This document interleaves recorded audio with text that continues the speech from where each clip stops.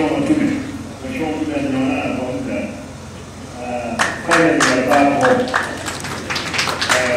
najua kuna ile story kwa Biblia watoto wawili tunasema the lost boy sana karibu. My name is Michael Mtume.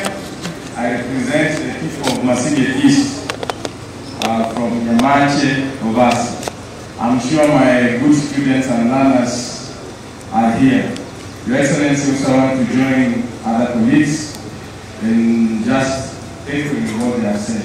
And I say asante sana for always living up to your promise. As I say in the assembly, and I'm saying in public, that whenever you have had a vision to do something, and that which you have passed in the budget, you have tried in the level best to make it actualized. And actually that is the reason why we are serving our people. And today we are demonstrating to Kenya and the world that devolution indeed is working. The only thing we can do to our people is to ease the problems they have. As my brother said, on a border, they always struggle because they have no money, 15,000, 16,000, to acquire these kind of important documents that they need to do their business. Also, I'm challenging our border and the government. Don't keep it at home.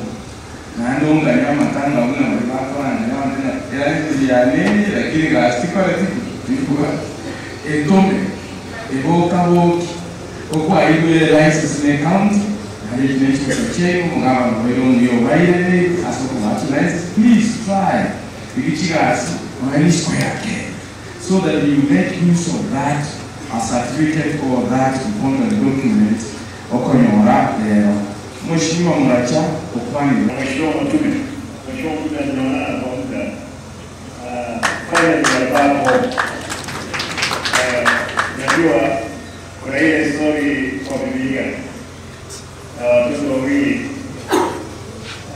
tunasema the lost boy sana karibu. Tukone kani kama nani yamono noko ile kura 2027 kwenye sarage omateni kuna kwa sana ita kwa hii mbali kama nje ya kwa na hiyo na ndio wale wana wale mwatika